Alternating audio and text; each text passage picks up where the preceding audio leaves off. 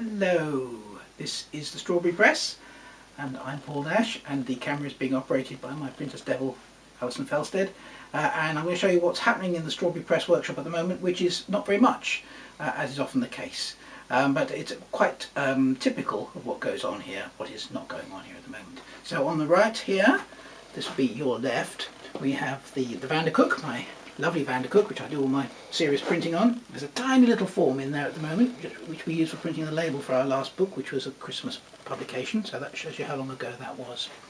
And what I'm using at the moment is I'm using it as a table set up with some bits of white paper to do some photography of books for an article for the PHS journal.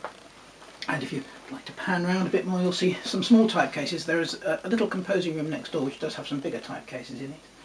And then we've got some storage and the telly. And come back past me through here. If you'd like to come and focus in on this bit, this is something that distracts me a great deal, is casting and dabbing. I've been trying to cast some dabs of blocks in the same way it was done in the 18th and 19th century, and I've been trying to cast some slugs in the same way that just possibly Gutenberg did it. That's why I've got the melting pot out. If you'd like to pan onto the melting pot, camera woman. There you are, you can pull back a bit from that, fantastic. And next to that you can see an etching press, which I use very, very occasionally for printing small etchings. And round to a standing press and some bits of wood which are there for a bookcase that I'm in the process of building. But as you can see, nothing is actually happening here at the moment, which is, I'm afraid, typical.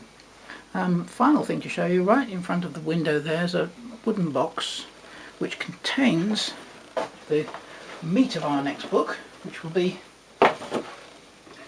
concerning the wood engravings of Lloyd Haverley. And these are the blocks for those wood engravings, which have very kindly been lent to me by Tony Cox.